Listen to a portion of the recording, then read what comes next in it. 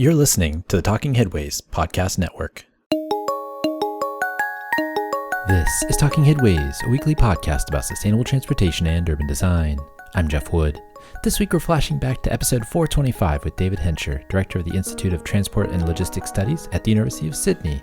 David chats with us about how to fix mobility as a service and proposes a new way to reduce travel and emissions called mobility as a feature. Stay with us. Today's podcast is brought to you by our super wonderful, terrific, amazing Patreon supporters. We appreciate you all keeping this show and Mondays at the Overhead Wire going. To join this merry band of city wizards and transportation experts, go to patreon.com/theoverheadwire. $2 a month gets you some stickers and a handwritten note sent with a cool train station stamp. $10 a month gets you one of our transportation scarves. We've also got some bonus material up there, so check it out if you haven't already. And speaking of scarves, the heavyweight net bike scarf is back in stock. I'm also going to make a concerted effort to make some new designs, but if you want to get one of the Buster Bike scarves or the Lightweight Bike scarf now, visit theoverheadwire.com or support us on Patreon. And if you'd like to support the show in other ways, you can buy books at the bookshop site, bookshop.org/shop/theoverheadwire, or find our Cars Are Cholesterol merch at bit.ly/carsarcholesterol. For anything else, including the Town Planning and Practice audiobook, visit theoverheadwire.com and definitely sign up for the almost 20-year-old daily newsletter. Or you can just keep listening and enjoying the show. We appreciate that too. You can also find us on Blue Sky, Mastodon, Threads, Instagram, Flickr, YouTube, Substack, and LinkedIn if you want to connect, usually at the Overhead Wire, but with Flickr, it's Transit Nerds. Some great stuff coming up, so keep on listening and enjoy the show. A quick note for Patreon supporters. I've set up an ad-free podcast RSS feed at Patreon. This means if you want to listen to the show without ads or promotional episodes in your podcatcher of choice, you can do so by heading over to your Patreon account and getting the feed there. I'll post instructions in the show notes of how to do it. And if you aren't a Patreon supporter, you can do so by going to patreon.com/theoverheadwire. Even just $1 a month gets you our podcast free of outside ads. That's patreon.com/theoverheadwire. Hey everybody, this is the week of 4th of July, and I wanted to hold off a bit on sharing a new episode since it's a bit slower week in terms of listing usually, but I do want to go back in time and share this big idea that I've been thinking about a lot over the last year or so with our guest, David Hencher. So I hope you all enjoy this episode, and please have a relaxing holiday weekend. Well, Professor David Hencher, welcome to the Talking Headways podcast. Thanks, Jeffrey. Great to be here. Well, great to have you. Before we get started, can you tell us a little bit about yourself? Yes, I'm the director, in fact, the founding director of the Institute of Transport and Logistics Studies at the University of Sydney Business School, which is now 32 years old. We're involved in transport, logistics, supply chain, and we're fairly global. In fact, we're ranked 10th in the world, which is great. And we focus mainly on postgraduate education, masters and PhDs, as well as doing a lot of research in just about any area that's relevant to transportation. So it's a good mix. I have about 30 staff. We have 30 PhDs as well, and about 180 postgrads at the moment in the space. So a pretty busy, active place. And dare I say, I'm very proud of the fact that in January I was given an Order of Australia, which is pretty prestigious. That was really a recognition of my contribution to transport and supply chain over many years, both in Australia and elsewhere. That's awesome. It sounds really exciting. Exciting time to be part of transportation as well. I'm wondering, where did this love of transportation come from? When you were growing up, was it something that you'd always thought about, or was it something that came on later in life? Not really. In fact, although I was born in England and spent early years, and then we went to Kenya. So I was very much brought up in Kenya in East Africa. I went back to the UK in boarding school. I was always interested in economics and engineering, and later on, both in Australia and in the UK, I've studied in the University of New South Wales, Oxford. I met a professor, Michael Beasley, from the London Business School, who's since passed, became a very great friend and a colleague, mentor of mine. And he told me one day as an economist, he thought that transportation was a great application of microeconomics. And at that time, I was going to do work in economic development because that was my interest for Africa. And I'd started looking at transportation and found it fascinating. And I did some undergraduate research on parking, of all things. And when he said, maybe, you should look at the economics of parking, I thought, well, do you mean when I have a date or when I'm, actually seriously thinking about what role it might play? And anyway, that was the beginning. And through Michael Beasley, I got a fascinated interest and I've never looked back. And I thought being a transport economist, as then I became, it opened up opportunities that maybe were easier to gain reputation than, say, being a monetary economist when there were a dime a dozen. That's funny. I guess that's true, huh? You can make waves. You can be as popular as Donald Shoup here in the United States. Absolutely. I know Donald very well. In fact, just for the record, I am now ranked as #1 transport economist in the world in all these rankings that academics seem to listen to, which is really good. And then we've got people from Berkeley and MIT after me. So I'm really proud of that. I've managed that for the last few years. But, I've also spent time at UC Irvine and a lot of time in the USA. So we're all very much a family of committed academics around the world. And I think that's the great thing. And I suppose what I'm proud of more than anything else, even though I wasn't born in Australia, I think I've put Australia on the map in this area. And a lot of academics from the USA and from the UK have been attracted to Australia, and they credit me with providing the pathway, if you like to say, it's a good place to go to and live. And I think that's right, Well, David Levinson is there too. We know David. He's at Sydney. Yeah, he joined us about 5 years ago. And Martin Hickman from Arizona is now at the University of Queensland. And I've attracted people from Imperial College, Mike Bell, Delft, Mikkel Blemer, and from Cranfield, Rico Merkit. So we've built up quite a good international team of people who, of course, bring their networks with them, don't they? And if you know David, of course, he has a wonderful network as well. Yeah, absolutely. Well, so you're in Sydney. What is the transportation landscape there? What interests you most about the local activities that happen? Well, it's a very broad interest, not only in passenger, but also in freight. I mean, only about 20% of all trips pre-COVID were by public transport. At the moment, we've only had a return of about 65 to 75% back to public transport. And the cars are getting back onto the roads and causing congestion. And depending on where you are, it's worse than pre-COVID, but it's actually better in some areas. What we're generally finding, and what interests me, is that the peaks have dropped a bit and the off-peaks have increased in terms of the amount of activity we're seeing.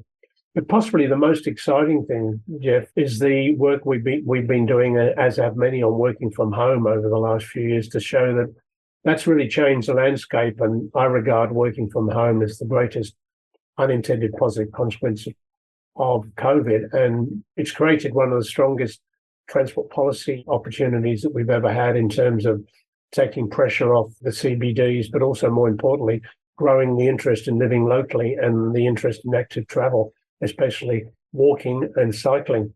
So what interests me is really how these all interact through a system-wide approach to actually improve society in terms of accessibility, decarbonisation benefits as well that are happening. We're doing a lot of work actually on alternative fuels, and I think it's fascinating. One of the things I often tell all those people that love electric vehicles is that, they're great at the end to reduce the emissions of the tailpipe. That's not the whole story, of course. There's still 30% more somewhere else lurking around. But of course, if you don't change the pricing model, as these vehicles become generally more acceptable, the price drops and the cost of using them is lower, we're going to have worse congestion than we've ever had before. And in terms of sustainability, while the car might be delivering sustainability on reduced emissions, it's not helping public transport because people will tend to stay or increase their use of the car. My old adage, a car is a car is a car, whether it's electric, petrol, diesel, or autonomous. Is that a good story for the future? I'm not sure. I've often wondered, the car has a specific shape and design to it. And, because we're going off into these new ideas about what transportation is, will we continue to have this inertia of car design and, the size of it? As you said, a car is a car is a car. And so it begs to almost be changed because the times are changing, it feels like. Absolutely. And one of the things that I've been promoting almost since the 70s when I first got interested in transportation is road pricing reform, which we know politically is just not on. I mean, we need to move away from fixed registration charges to distance-based charges. And we did some really interesting work a few years ago that showed that if you were to halve the registration charge in Sydney for cars, have a 5 cents a kilometre distance-based charge only in the peaks, morning and afternoon, but not in the off-peaks, you would reduce peak hour traffic by 6% and nobody would be financially worse off. And you only have to do the calculation on typical kilometres in the peak and the saving in registration to prove that. But of course, people don't do the calculation and they say, Hencher, you're an idiot. What are you trying to do? Give us more expenses, including trucking guys that have always been very negative towards my views on on this because they will benefit by having less traffic on the roads, and they don't get it. But having said all that, 6% reduction in Sydney, I'm sure this is in some other cities in the US, is almost returning you to school holiday periods. And people normally say, isn't the traffic great during the vacation periods, but awful in the other periods, you know? That's the sell. And one of the TV stations picked that up and said, oh, yeah, that's the magical statement, you know. Let's return the traffic to school holidays. And Hencher's come up with a suggestion that makes sense. That's what we talk about here in San Francisco is when everybody goes to Burning Man, it clears up a bunch. Yes. And, you know, I've got another comment from a politician who's now a friend. He's retired from politics. He said, when he was the Minister of Transport, he said, Hencher, wash your mouth out. And now that he's not a politician, he actually agrees with me. That's life, isn't it? That's politics, isn't it? I guess that's how it unfortunately works sometimes. Do you think work from home is sticky? Do you think it's going to stick around Yes. and permanent change? We've been doing surveys since March 2020, and we're still doing them. And I think we started pretty early to capture the sense. And it's quite similar to what people have found in the USA. I think we're going to be talking about in Sydney an average of just over 1 or 2 days a week for particular occupations. And although it might be more a Monday or a Friday, but not too much, it's fairly evenly spread through the week, which is encouraging because that has impacts on transport network performance. It will. And I think flexibility is here to stay. And just in the USA, from the work that was done from Stanford, which I follow with the guys I know over there, one of the great surprises and the great delights is that employers were as supportive as employees. Putting aside the fact that quite a lot of employers have reduced their office space, which is a saving, they're starting to now realize that work-life balance for an employee is really important. And that if they want to maintain a good workforce, they need to recognize that. And even we're seeing increasingly employment contracts having that built in where people are saying, we like the flexibility. And if they're going to stay in an organization, they need to honor it. Now, of course, it doesn't apply to everybody. There are those that are essential workers that have to be face-to-face, which does raise equity issues in the future about this issue. Mm-hmm. But on balance, I think it's been a good outcome and it's here to stay. There was an article yesterday in The Atlantic. There was a research study showing that work from home actually has contributed to a baby bump in the United States. You had a crash in 2020, but in 2021 and 2022, you're seeing more babies being born. And that's partially because of the flexibility of the work from home situation. And I found that really interesting too. I mean, there's all these connections economically and socially to this work from home kind of movement for, like you said, folks that can work from home. It could be right. But of course, I haven't heard that one in Australia. That's rather interesting. I always relate that one to whenever there's electricity failure in India, 9 months later, there's a growth in babies being born. But no, that's a fascinating one, Jeff. I'll look into that. But we certainly also know, and it's important to mention that some have said there've been some negative mental health impacts of working from home, which to some extent was true during the lockdown periods. But really, I'm referring to out of lockdown, even in areas which are no longer what we would be concerned about with voluntary lockdown, because people were still concerned to go out and about. But now with vaccination rates being reasonably high, people are generally not wearing masks and getting out and about and trying to live the next normal. But what I will say is that a lot of the mental health issues were there before COVID, and we've done a lot of work on well-being and happiness. And we're convinced that there's been a net positive because the stress of commuting has been quite high, and the flexibility of being able to undertake a mix of leisure at times that suits you better when you're working from home. About half of the saving in commuting time, and commuting time is typically 7 or 8 hours a week in Sydney by working from home on the average, and people only worked from home to some extent, has been converted into roughly half of that's been additional work productivity gain to the employer, and the other half's been roughly leisure, of which roughly 20% of the leisure is out of home, walking, cycling, relaxing, going to the shops, and the rest is in home. That's really good evidence to suggest that working from home, I can't find many negatives on working from home in terms of people that do it to some extent. It's not an all or nothing. It used to annoy me in the beginning when people said they work from home or they don't. Well, what the devil does that mean? 1 day, 2 days? And I think we've got to get the language correct. And I think it's been a good outcome. And in Western societies, it seems to be stabilizing. And the recent evidence in Sydney says we've almost got the number where I think it will be in the future, which is going to help transport planners in forecasting, reprioritizing infrastructure and so on. I found that when I started working from home in 2014, so way before the pandemic. I was actually already ready for it, I guess, when it got here. But I did find that for me, it actually improved my health outlook. I felt like I was healthier. I felt like I could sleep longer and those types of things, which I needed.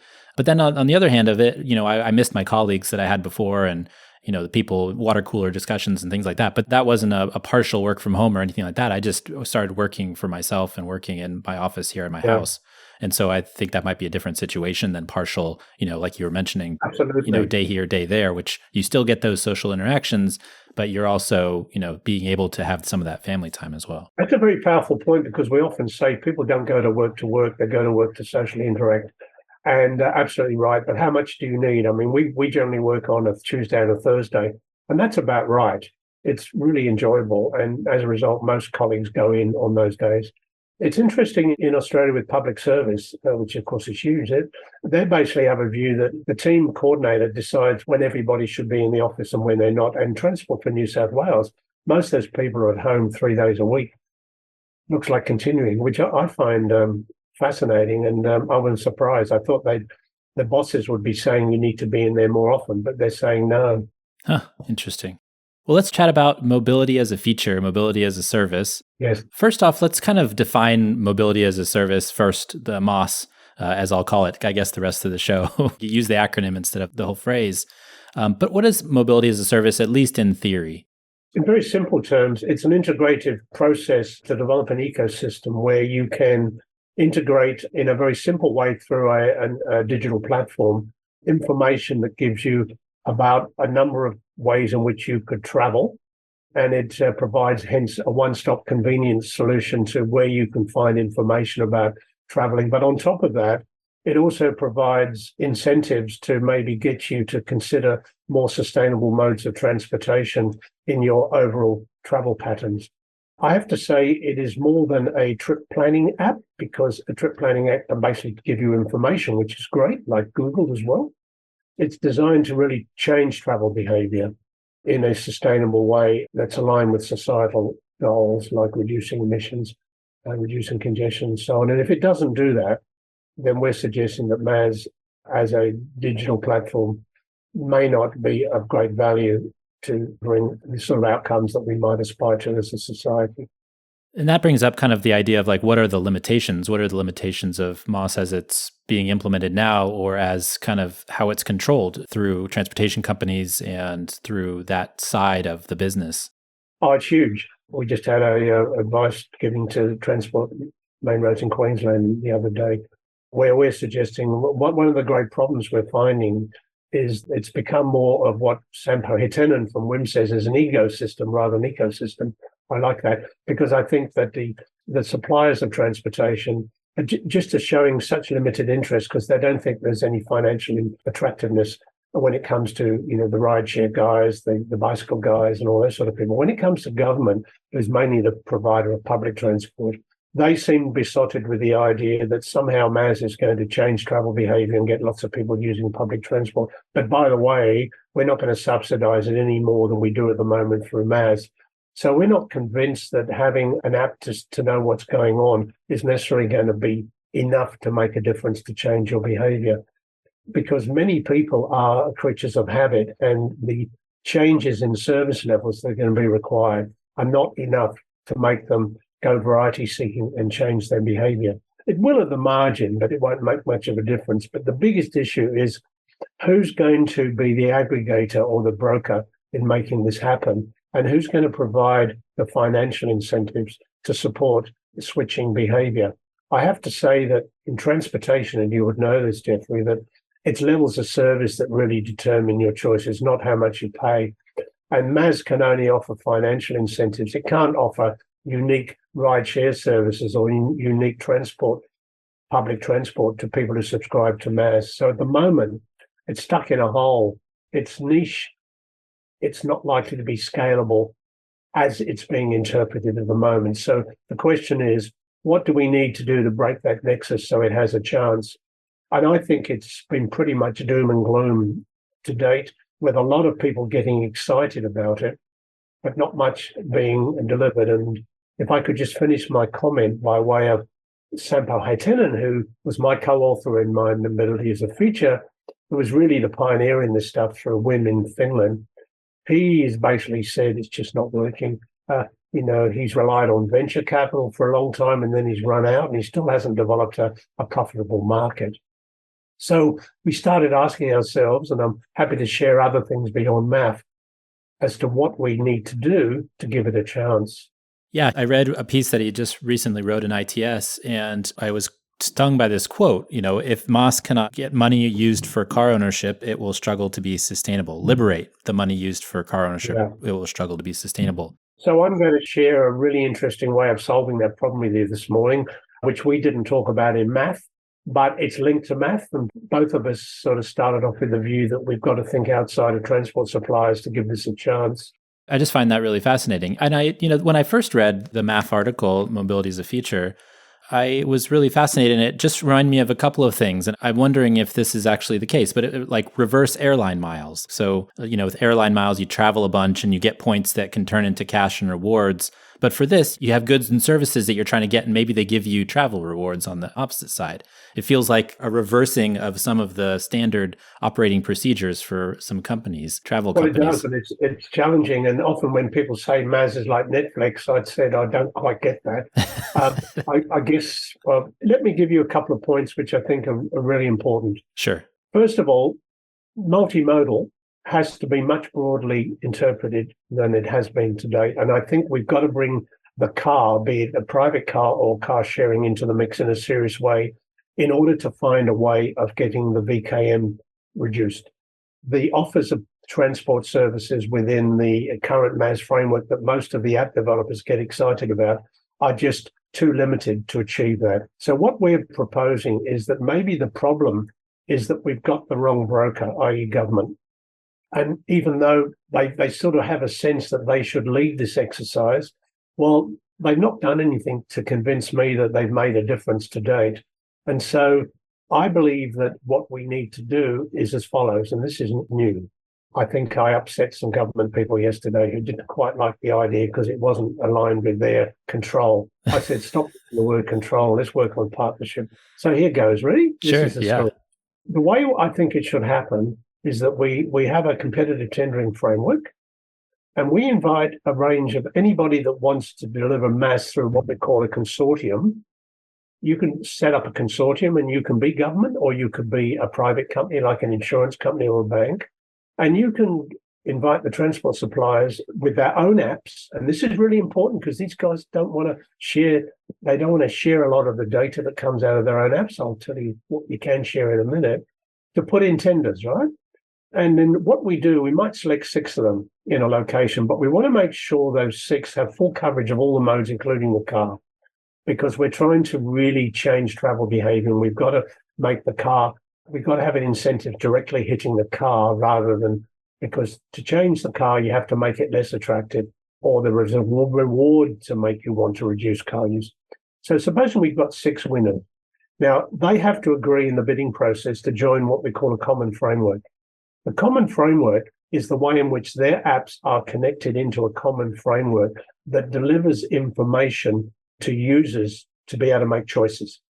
Users can choose 1 or more apps to subscribe to, but in order for the app developers or the consortium to get some rewards that are attractive for them to participate, they've got to share certain amounts of data back to the common framework, which is either owned by a private company or owned by government, to show that if they can reduce VKT of cars, for example, or reduce emissions, then they will be given some financial rewards, which will be not only delivered back to the users of your app, but also to the suppliers into the app. And this is the way of making sure there's a competitive market and to make sure that all the modes are delivering on sustainable outcomes. Now, if it turns out that any of these consortium dealers cannot deliver on the KPIs related to the societal goals, they don't get any rewards, right? The users do not get any rewards either. And so it has no value in terms of the ecosystem that we're trying to develop. Now, the beauty of this, Jeffrey, since one of the greatest problems has been data sharing, is that many of these consortia only need to share aggregate data through to the common platform in order to be eligible to get the rewards. The financial rewards or the non-financial rewards could be points. You know? Now, on top of that layer, what's great about an insurance company is they're multi-service. They're not multi-modal. They essentially don't own modes. They deliver services to the market. And those services can be reduced insurance premiums, lower costs on maintenance of your car, direct incentives through even buying a car, or even we're willing to give you points if you switch your VKT into public transport, because they have the ability to cross-subsidize and still maintain profits. I can tell you, and I'm sure you would agree, that a public transport authority does not have that capability. They do not have any control of a huge amount of the market, which is driven by car choices. Multi-service or MAF is well aligned with this idea, because even the insurance companies can go to people which they already go to. And if you insure with us, you'll get discounts at the shops, at the cinemas, on holidays, you name it. A government agency has no capability of doing that, even though they always tell me they're talking to people about it. And I said, well, where's the outcome, mate? You know? Oh, we're working on it. I find it really interesting because I feel like you're right. The insurance companies do have a connection into a broader world. And it's something that, you know, the transit agencies here in the United States, at least, and I imagine around the world, are cash strapped always. They're always, you know, trying to just barely provide service. And so reaching outside of the one box they have control of is really important. And so I'm wondering how this connection to broader business banks or insurance companies or anything like that, you know, they have an incentive, obviously, if you're a car insurer, right, to reduce vehicle miles traveled, VKT. But how do you get them to kind of get over that hump to where we're not just an insurance company, we're trying to have a sustainable outcome? Well, first of all, banks are getting very much involved, of course, in account-based payment systems, and they are becoming a really central feature of MAS. You know, we could reach the stage, as one of our colleagues, who's now the Minister of Transport in Chile, said, well, why do I need to join MAS? I've got an American Express account, you know, and I can go and pay on the bus, on the train, and rideshare. As long as I can do that, I don't see the point of all this. And it's a valid point. But having said that, do you know, there is a thing, I'm not sure what you call it in the USA, it's called the social license. And the social license is a concept to do with being a good citizen. And many of these big companies have a set of rules that they work with, and like they want to tick a box that says, yeah, we're supporting sustainable travel for our staff and things like this, or we're supporting sustainable outcomes for society as a whole by providing incentives and so on. So if you come and insure with us or bank with us, we'll give you some reward points. Of course, this is a competitive market, which enables, provided you use it in a sustainable way, and here's a list of what you need to do. And so the social license has become something that many big companies have been wondering about. Well, what do we have to do to tick that box? Well, hang on, guys. Here's a tickable solution. That's getting harder here in the United States. As we talked about earlier, it's very political.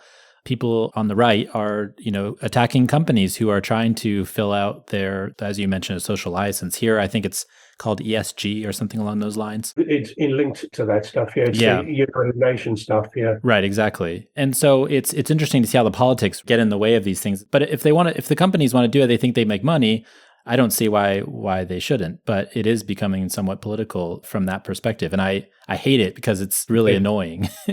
Well, I'm totally in agreement with you, but I'm suggesting that these are different pathways that might give MAS a future. And in fact, it's interesting with Sampo, what was the connection that got him excited, even though he and I are on the same wavelength for many years now, was when he had an insurance company in Italy that was willing to be put in some money into WIM, which we mentioned in the paper. And that led to him thinking, well, you know, this might be the way to go. And then off the record, it might be in the public domain now, I'm not sure, that Milan, and I think they read chapter 8 of our book on mobility, which we published a few years ago, they put out to tender, and I think they was going to choose 8 providers of MAS products. And as long as they delivered on certain criteria to do with sustainability, then they can go and play in the market, and the government would actually provide some funding to them. But they had to deliver appropriate outcomes. Just winning the tender didn't guarantee you got all that money. They were willing to offer them a minimum, but they had to. That wouldn't be enough to make a profit. Could companies do this on their own without being part of a larger consortium? Sure, you can. Absolutely. I mean, the actual consortium could be one player. I mean, by the way, the insurance companies, they could either be the common framework tendering authority, if you like, or they could be a consortium bidding if the government wants to control the tendering authority. So it could go either way. And in fact, we're currently writing a new book, which we decided because Elsevier wanted us to do a second edition of our MAS book. I'm not sure if you saw it, but we decided we'd sooner write a book on the future of MAS in terms of all the challenges, call it MAS version 2. And we've started developing what we call a new utopian framework. I sort of hinted at it today when I spoke to you. It's a framework in which we think we've been around long enough to learn the lessons about how this thing may or may not work. And, it does come down to trusting partnerships and a whole bunch of things like that. And I think one of the issues we're suffering from at the moment is that there's too many people in this business that develop an app and they call it MAS. And that's so misleading and it's just nonsense. They're trip planners, nothing more, nothing less. And all the other aspects need to be built in terms of the common framework, the incentive structures, the coverage of all the modes, the integration of non-transport suppliers from multi-service who are going to provide a cross-subsidy solution. And that's why we suddenly realized that, wow, insurance companies have that anyway. They don't need to be transport suppliers, but they need to encourage transport suppliers to join their consortium and get a value out of it because we can provide you with a profit line. So unless that happens, and that's why tendering is good as well, because then you still have competition in the market because many of the people say, we want to do our own thing and compete. Well, you can compete, but there's some protection here by saying that the rewards will be limited only to a few competitors. Outside of insurance companies and banks, do you see other opportunities with companies? I went to CES a number of years ago, the Consumer Electronics Show in Las Vegas, where they try to wow you with all of these fantastical technological advances that aren't actually quite here yet. But, I was invited by Here Technologies, which is a mapping company. And one of their things that they were trying to sell is like they get all these telematics and data from the roads, from the cars that drive that use their mapping technologies. And they were saying like, oh, well, we can partner with a Starbucks. If it's just your phone, not even a car, you walk in front of the Starbucks and they can, basically give you a discount, right, as you're walking by the store. And so they want to use their real-time mapping, software to do this kind of benefits program for people so that they can partner and use advertising in their systems. And I'm wondering, like, outside of like insurance companies, banks, and those things, if there's like a larger ecosystem, or maybe you're already thinking of the larger ecosystem and I just have, quarantined it myself. Fair point. In fact, I think the ecosystem should invite anybody that believes they can get value out of it. I should also mention that in order to be able to provide some of the rewards through things like reduced VKT, vehicle miles traveled, and then all users must capture that data back to the common framework or to the apps that they belong to through their smartphones. That this has to be a condition. In fact, if they turn their phone off, they can't get the rewards because we're not capturing any change in their vehicle kilometers. We need to agree on a time period as well. This is an important point. But, you need a starting point of vehicle kilometers, and you need a point at which you can see a change to know if that's actually changing. And we need to work that through very carefully. And the common framework will make sure there's no double dipping because if you subscribe to two app or consortia, they could be capturing your vehicle miles traveled twice, and you don't want to be. The common framework's not going to reward you twice. But to be honest, anywhere where you can capture a value that someone is willing to offer financial discounts into the common framework is great. But once we've got a common framework, and I love the language that we're trying to develop, and you've got consortia contributing through a tendering process to get started, we need to demonstrate that this thing's got legs, right? And I think that's the problem at the moment. We've all done trials. I think the Sydney trial was the best, but they haven't delivered an outstandingly strong idea that even with subscription fees and discounts and all that you're actually going to make super profits anywhere. They're pretty marginal. They're not changing travel behavior at all. And I always say, Jeffrey, and this is a really important point, all these people that say, I'm doing MAS on LinkedIn, and Hencher gets himself into trouble all the time. I say, can you please tell me whether this has changed travel behavior or not in sustainable ways? Well, they either don't reply or they don't know. Right. It's just an app or an idea to them. I find that interesting too, is another thing you mentioned was, transportation companies are a hard, kind of thing to crack. But also it's not just the public transit agencies, it's also these private kind of walled garden groups. I imagine like Uber, the Lyfts of the world, those types of organizations, they kind of want to control it too. And they want to call themselves MOS, but they're not. They're just providing a service inside of their app to get bike share or, whatever modes of transportation they control. Absolutely right. In fact, when we first worked with Uber on our Sydney trial, they didn't want to be involved because they wanted the app to be called Uber. They didn't want it to be called this multimodal generic one that we developed, which turned out to be Tripic, working with Skedgo, one of the platform developers they misuse the language as well. And Uber said to us, which was rather interesting, because if you wanted to see the effectiveness of MAS, you've got to identify travel behavior change that's consequential, not only those modal changes occurring within the modes of the app, but also outside. So, for example, if you don't have in the app all the modes of transportation, you don't have a mechanism of tracking all the travel that people do outside the app, you don't know whether there's been a good outcome from a societal point of view. And that's what government should be interested in, not in, we've just got a new whiz-dang app. Uber told us that they wouldn't join if Didi or Ola joined. And then it turned out that the discounts that we're able to offer through Uber in MAS were not as attractive as the base fare for Didi or Ola outside the app. So people who had joined our subscription program were using outside services more than the ones inside MAS. But we didn't know that until we did some follow-ups with them. So how would you have known unless you're tracking this jolly stuff to know if MAS has worked?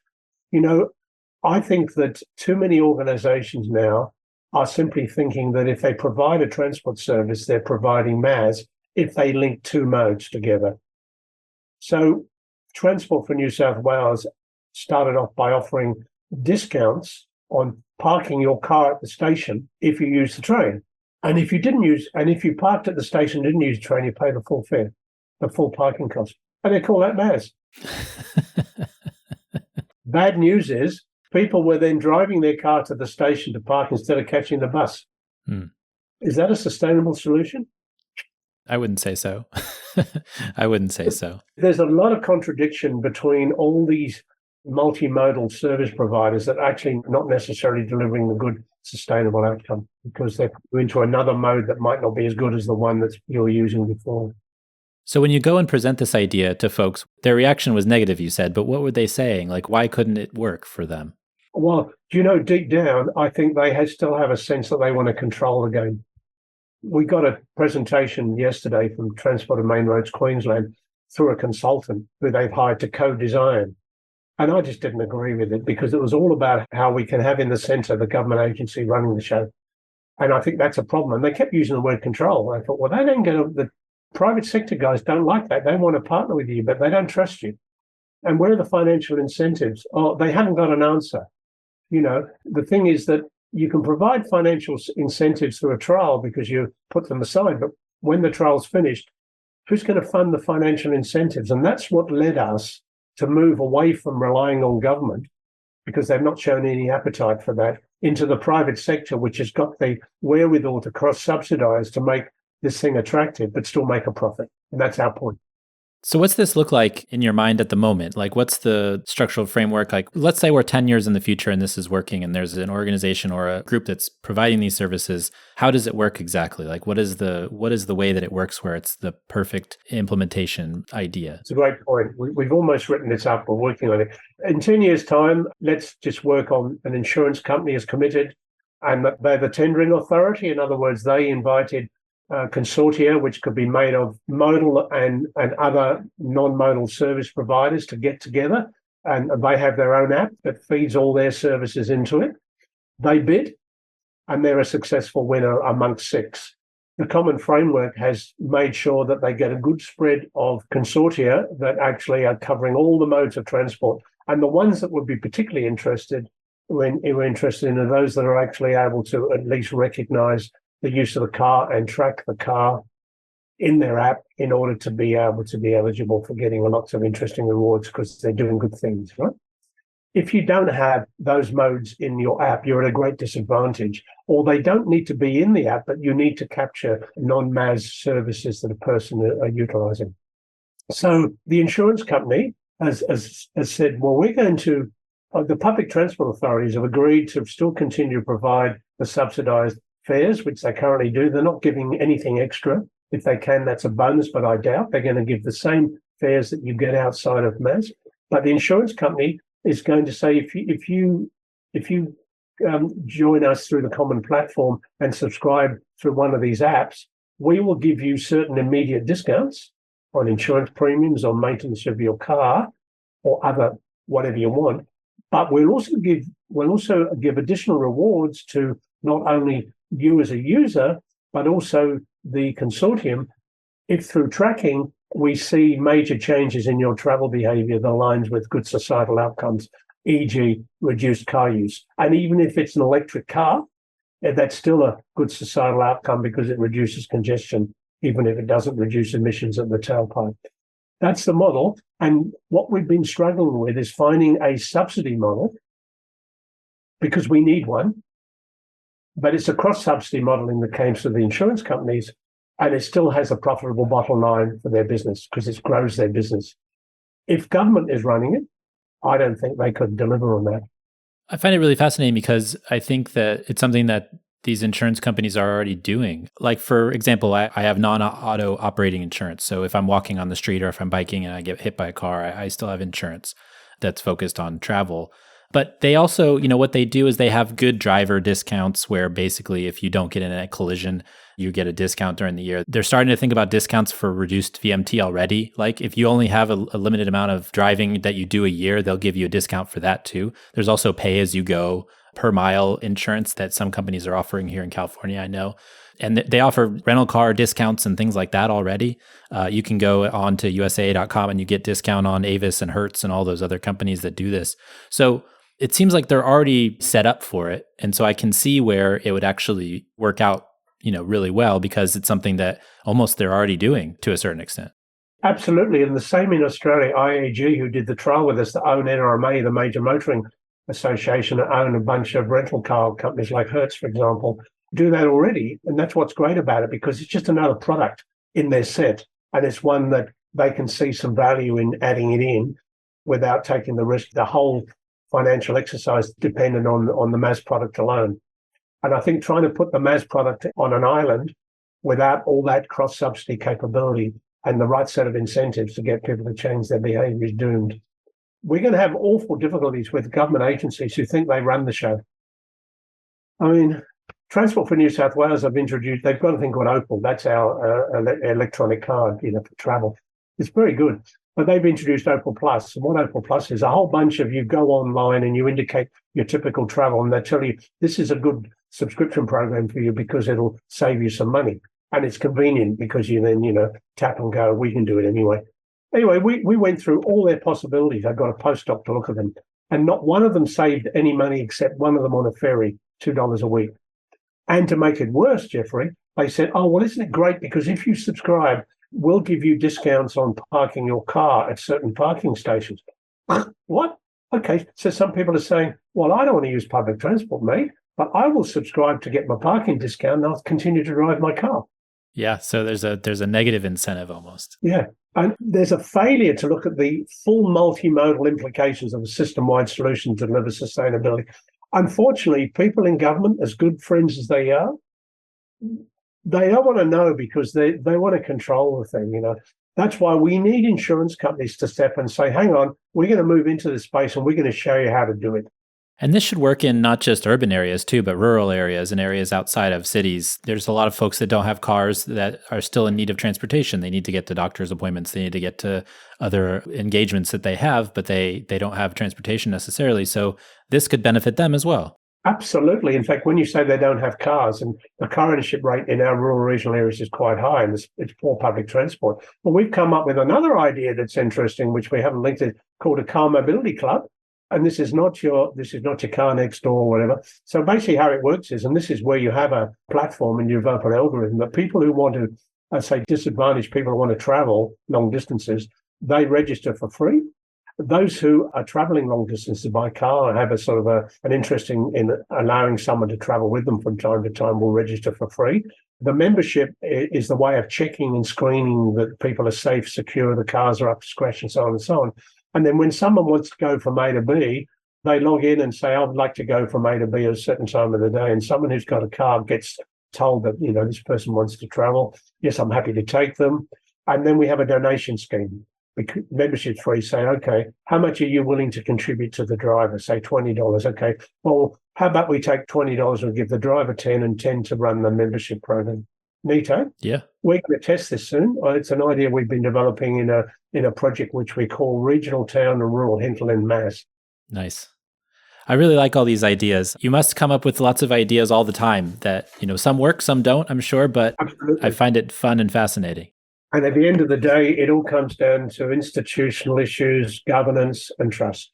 Those are the three things. That's it. Well, let's solve those. Let's solve those. Then it'll be easy, right? We're working on it. You've just got to keep at it, Jeffrey. And you win some, you lose some. But we think we've got a model that actually has legs, as long as we don't get government trying to run it. Well, here in the United States, I want to go back to that quote, Sampo's quote of liberating money from private car ownership. I think there's so much money being spent. People buying $20,000, $30,000, $40,000, $50,000 cars. They spend $10,000 a year on operating expenses, on everything else. There's got to be a way to figure out how we can take that money that's being misappropriated to a certain extent, especially in cities, and use it for the greater good. And I think that's where you're headed. We're trying our best. In fact, we hope in the longer term to move from personal car use to car sharing, where the insurance companies can offer an even better incentive in terms of your VKT if you take it up through a car sharing program rather than your personal vehicle. So these are all extensions along the way. But, the challenge is that most people, when they make travel choices based on the marginal costs, and they don't consider the ownership costs. And, at the end of the day, a little bit of road pricing, this is where government could contribute. The distance-based charging could help because they do have control over that, but they're not interested. Yeah. Well, I'm going to post the paper in the show notes when the podcast is released, but where can folks find your work if they want to learn more about what you're doing? I guess really they should just email me initially. On the ITLS web, we do have a section under projects and research, which is mobility as a service. There's a link there. But this new stuff that I'm talking about is not out there yet. Yep. You're the first of two people that have seen it, heard about it. And yesterday I just sent a draft. I don't mind sending it to you, but it's not for wide distribution, if you like. Sure. That sounds great. Well, David Hencher, thanks so much for joining us. We really appreciate your time. Thank you, Jeffrey. I've really enjoyed the journey of conversation. And thanks for joining us. The Talking Headways podcast is a project of the Overhead Wire and appears first at Streetsblog USA. Thanks to our generous Patreon supporters who support this show and Mondays at the Overhead Wire. You can support the show as always by going to patreon.com/theoverheadwire. Sign up for our almost 20-year-old newsletter as well by visiting theoverheadwire.com or check out the show notes for merch or other opportunities to connect. Follow along using your podcatcher of choice, but if you can't find it there, you can always find it at its original home at usa.streetsblog.org. We'll see you next time at Talking Headways.